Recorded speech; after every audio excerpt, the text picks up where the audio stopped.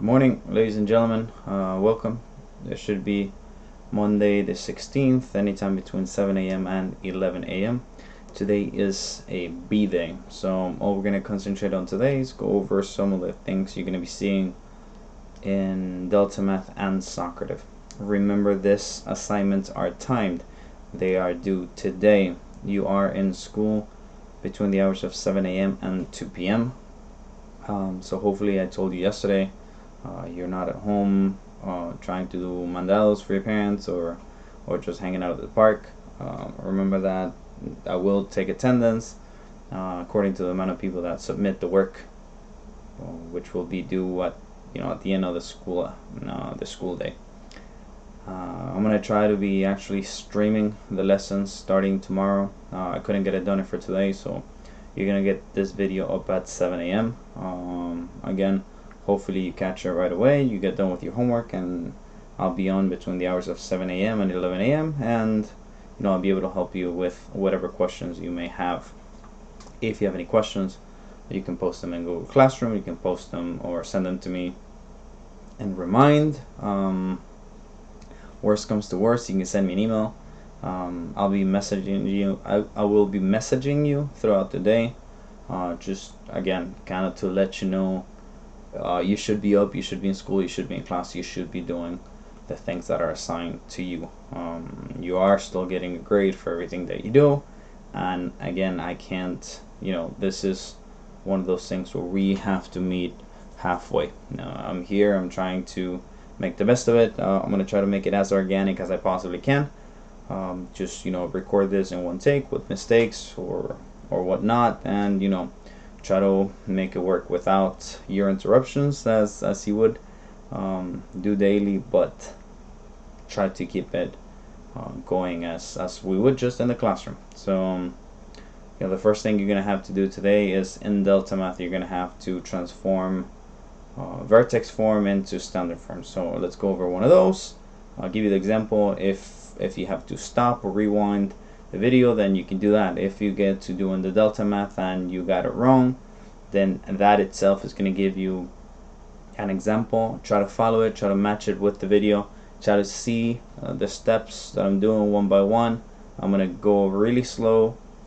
I'm going to give you a chance to stop the video, to pause it, to kind of follow the flow of the class. Now I need you to take notes, just as if you were in class. So just take out a sheet of paper, take out a pencil, take out a calculator, use your phone as a calculator if you have to, but try to get into the rhythm of, we are in class, Mr. Coria is standing at the podium, and you're gonna see in your screen the same thing you would if I was projecting my tablet onto our smartboard. So none of that changes. So please take out a sheet of paper and take notes. So again, the first thing we're going to do is we're going to be going from vertex to standard form. So from vertex to standard. And make sure you do date your paper, just so that we know today is again Monday the 16th. So make sure you do have the date. That way, if anything were to happen, if I need to see your notes, or just put it in your binder, don't lose them. These are still notes. Just make sure you save everything until we meet again, hopefully by the end of spring break or whenever that may be. So let's say I'm giving something like this. Y is equal to -2 times x minus 5 squared plus 9. Now this is one of those problems that we've been seeing for a while now. This was on the mastery test. This is expanding the binomial, multiplying by a, and then adding my k at the end. So I'm going to rewrite this, and I suggest you do so just as I do. So y is equal to, now remember, this 2 here, this squared here, means that I'm going to rewrite that twice and then FOIL it. Don't try to do it in your head. It just, at this point, it just leads to mistakes. So please just get into the habit of rewriting everything, doing everything by hand. Again, you're at home. Hopefully you have paper. Hopefully your parents stocked on toilet paper, as many crazy people at this point have been doing. So if you have tens of thousands of sheets of toilet paper, then you can take your notes on that if you can. So then, oops, come back here. So this will be -2 times x minus 5 times x minus 5 plus 9.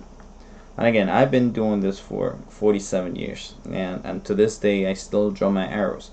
So I know I'm going to FOIL. Please, step by step, guys. So I'm going to rewrite y is equal to, I don't do anything with the -2. I rewrite it. Now there's going to be something in parentheses. I'm going to drop the 9 because I'm not going to do anything with it. Well, I'm going to FOIL. This is going to be x times x, and again, please, arrows 1 to 1, 1 to 2, 2 to 1, 2 to 2. So x times x is going to give me x squared. X times -5 is going to give me -5x. -5 times x is going to give me -5x, and -5 times -5 is going to be +25. Again, the middle terms are always like terms. I need to get them together. I need to collect like terms. So I'm going to rewrite this whole thing. Y is equal to -2 times x squared minus 10x plus 25. All of that plus 9. Now, following order of operations. Multiplication comes before addition. So I'm going to go ahead and distribute this -2 outside. In order to distribute it, I'm going to multiply times everything that's inside one by one. And again, I do recommend that you keep drawing your arrows, that you keep trying to be as neat as you possibly can be. So this is going to be y is equal to -2 times x squared is -2x squared. -2 times -10x is +20x. -2 times +25 is going to be -50. All of that has an added 9 at the end. Now I have a quadratic term, I have a linear term, and I have 2 here that are my constants. I need to go ahead and get those together. So this is going to be y is equal to -2x squared plus 20x minus 41, and that is -50 plus 9, and that's going to be all that is. Now we're into the form of ax squared plus bx plus c, which we know is our standard form. It doesn't get harder than that. All of the problems that you're going to have in Delta Math, and there's only 5 of them, are going to look just like this. The only thing I tell you is please go step by step. This can get complicated if I start skipping steps, if I start doing math in my head, or if I just start trying to shorthand everything that I do, not writing the arrows, not circling. So please, take your time. It's only 5 problems. You have almost 4 hours. Assuming you got up at 7 a.m. like me, then you have plenty of time to do both your Delta Math and your IXLs. Now, we went from vertex to standard, and we're going to have to go and do it backwards. Now we're going to go and do the next one here. So if you want to go ahead and just do right now all those 5, then pause the video, do those 5, and then come back. I'm assuming you either finished them or that you feel comfortable going and doing the second part. So I'm going to go ahead, move on from that and continue. So part 2 of your Delta Math today is going to be doing the opposite. So I'm going to start in standard form in ax squared plus bx plus c and try to go back to vertex form. Now, the way we're going to do that is a little unorthodox. So instead of actually doing it the way I guess you're supposed to, what we're going to do is we're going to use the axis of symmetry equation to find our x, plug in for a y, and then just plug the vertex back in. Now, at this point, we should know, or let's write the problem down first. So let's say they give us y is equal to x squared minus 10x minus 24. And again, this is ax squared plus bx plus c, and I'm trying to turn that into And let me write it here. I don't want my face to get in the way, so I'm trying to rewrite this as y is equal to a times x minus h squared plus k. Now remember that this is a, b, and c, so the only letters that are matching here are my a's, and I know that there's nothing in front of the x, so my a coefficient, my leading coefficient, is going to be 1. Everything else is different. So I need to go back, I need to look at my vertex and try to find that in the standard form and then plug it into the vertex form. And again, we've done this already, and I should know by now that the equation of the axis of symmetry is x is equal to negative b over 2a. Now, assuming that you have labeled everything, and I do, please make sure that you label everything. Make sure that you're following step by step. Make sure that you're trying to make this as easy as possible for you. So again, my b in this case is a negative 10, and I want the opposite of that, so that's going to be a positive 10. And we said the value of a was 1, therefore this would be 2 times 1. So we have 10 divided by 2 times 1 is 2.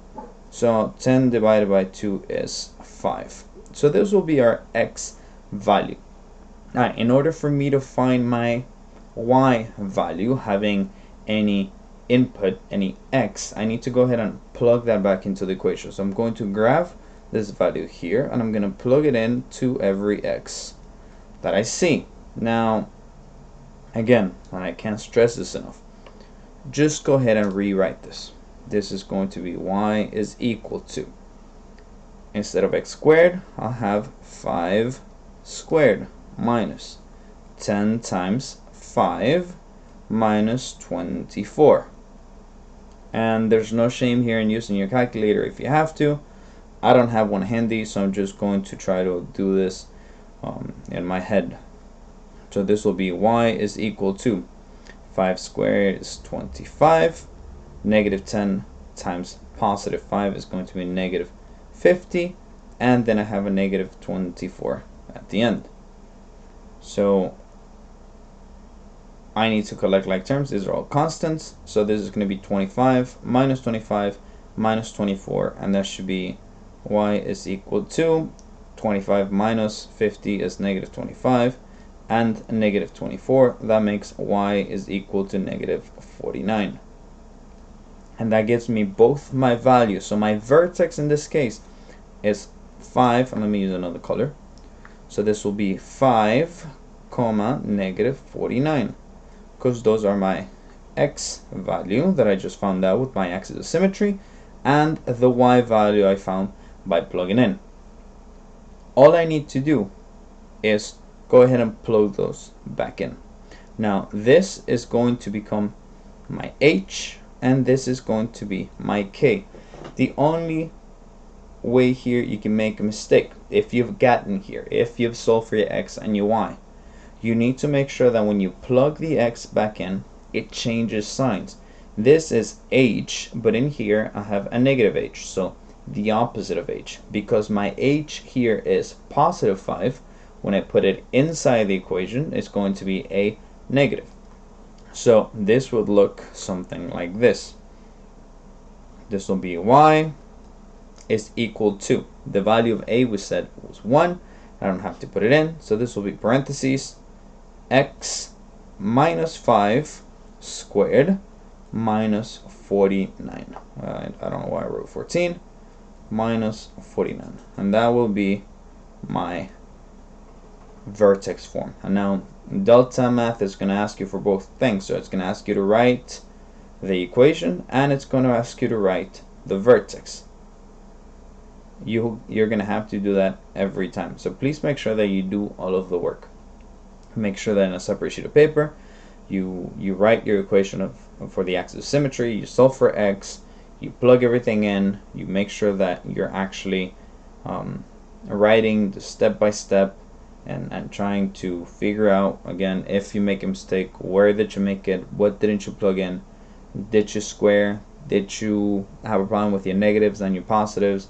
And again, if you have an issue, just take a picture of it, post it in Google Classroom, send me a remind, and we're gonna try to get you all of the 5 problems done, before the class is over.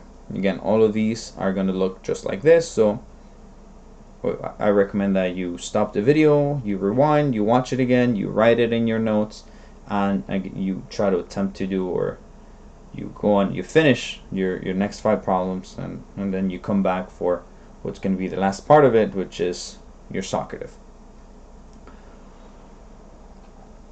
So again, and I'll give you, so your Socrative, you're going to take your Socrative in the class that you belong to. So if you're in my 2nd period, it'll be Coria 002. If you're in my 6th period, Coria 006. And if you're in my 8th period, Coria 008. Make sure that you do so, because that way I'll be able to write, or to give you your grade in the corresponding class. Otherwise, it's going to be very, very messy with all 3 classes taking the Socrative at the same time, and I won't have to sort them one by one. So make sure that you actually log into the Socrative that you belong to. Socrative is going to be very, very simple. You're going to have to find the vertex of a polynomial like we just did, and then you're going to have to find the zeros of the same one. Now, it's going to give you the same problem twice. So let's say that the first problem is,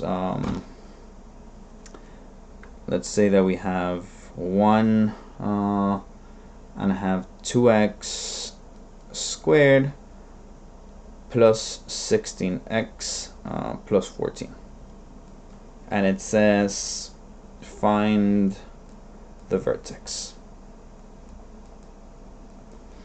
Well, this is the same thing we just did in delta math. So the only way I could find the vertex from standard form is using my axis of symmetry, which is negative b over 2a. So again, I'll go ahead and write that. X is equal to negative b over 2a. Please, I plead that you label everything. So again, I need to label a, b, and c. 2 is going to be my a, 16 is going to be my b, and 14 is going to be my c. So I'm just going to go ahead and find the vertex right now. So I need the opposite of b, which my b right now is positive 16, so the opposite is going to be negative 16, and that's going to be divided 2 times the value of a. The value of a in this case is 2, so this will be 2 times 2. So this will be negative 16 divided by 2 times 2 is 4, and negative 16 divided by 4 is a negative 4, because a negative divided by a positive is a negative number. Again, this is x equals 2. Once I get my x value, I'm going to do the same thing I did just now. I'm going to grab that value and I'm going to plug it into the standard form. So I'm going to, in here, instead of the x, let me use something else. Instead of the x, I'm going to plug in a negative 4. Instead of the x, I'm going to plug in a negative 4. Please don't shorthand. Please go ahead and copy the whole thing down. Now this should be, I believe, y equals, it'll say y equals on the Socrative. So it'd be y equals to 2 times negative 4 squared plus 16 times negative 4 plus 14. Now I need to go ahead and solve this. The only mistake I can see you guys making here, once you've plugged it in, please remember that a negative number squared will always be positive. A negative times a negative is always a positive number. So this will be y is equal to 2 times negative 4 times negative 4, or negative 4 squared, is going to be positive 16. And then it will be 16 times a negative 4 plus 14. So I'll write again, 2 times 16 is going to be 32. And then 16 times 4 should be 10 times 4 is negative 40, and 6 times 4 is 24. So this should be negative, oh, where did we go? This should be negative 64, I believe. Somebody check my math. 40, 65, I'm almost sure that is negative 64. So this will be plus 14, and then all I have to do is get this together. So this will be y is equal to 32 minus 64, that will be negative 32, plus 14, and then negative 32 plus 14 is going to be negative 18. And that is going to be my y value. And that's it. That's all I have to plug in. So I'm going to, in Socrative, you're going to have to just type parentheses, negative 4, which is my x value, comma, negative 18, which is my y value, and I'm done. Right? I don't have to do anything else. Now, you're going to get the same problem again, but instead of it being instead of it telling you to find the vertex, it's going to tell you to find the zero. So I'm going to copy exactly the same problem again. So that'll be y. So let me see if I can see it, if I can memorize it. So it'll be y is equal to 2x squared plus 16x plus 14. And again, it'll be the same problem. It'll just instead tell you to find the zeros. And the only way I can find the zeros from standard form is factoring. So I'm going to have to factor. Well, the problem here is, what kind of factoring do I use? Do I use the AC method? Do I get the greatest common factor? Do I do the table? There's just so many ways of factoring that we've learned that you need to get used to trying to figure out which one is the best one. Yes, I could definitely just go into the slip and slide method and multiply a times c and then try to do a table, but I have something that's easier here. I need to always check for the greatest common factor. Do all of these numbers share something in common? Well, as far as I know, 2 is divisible by itself, 16 is divisible by 2, and 14 is divisible by 2. So I'm just going to go ahead and rewrite it, taking 2 away, so dividing everything by 2. So this will be 2 times x squared plus, and this will be again divided by 2, divided by 2, divided by 2. 16 divided by 2 is 8x, and 14 divided by 2 will be plus 7. Good. Once I get here, this is a leading coefficient of 1. This is an a equals to 1 problem. All I need is to do my table and try to find for 2 numbers and multiply to 7 and add up to 8. There is only one pair, there's only one set that does this, but again, for sake of just trying to do everything step by step, we're going to draw a little table, and I'm going to write my c value goes here, my b value goes here. So this will be 2 numbers that multiply to 7 but add up to 8, and that is 7 times 1, and 7 plus 1 gives me 8. So those are my 2 factors. Now please don't forget to rewrite the 2. So this will be 2 times parentheses parentheses x times x, and because I just have a leading coefficient of 1, this is plus 7 plus 1. Now this tells me to find the zeros. In order for me to find the zeros, I need to make this equal to 0. So I have 2 factors, so I have 2 terms here. So I'm going to go ahead and write x plus 7 is equal to 0, and x plus 1 is equal to 0. I solve this using BOD. This is just a one-step equation, so minus 7 cancels, x is equal to negative 7, and negative 1, the 1 cancels, x is equal to negative 1. Yes, we have talked about just pulling out the opposite number. So if I see a positive 7 here, this is going to be negative 7, and if I see a positive 1 here, it'll just be a negative 1. I can do that, that is correct, but I need you to know where that comes from. I am making my factor equal to 0, and I am solving for it. So this answers in the Socrative. You have to write them. X is equal to, where would it go? Negative 7, comma, x is equal to negative 1. You can also write them as negative 7, comma, negative 1. It doesn't matter the order in which you write them, but please make sure you use that format. Otherwise it's going to mark it wrong. I'm going to have to go back and look at it and fix the grade for you. And that is it. That is everything that you have to do today.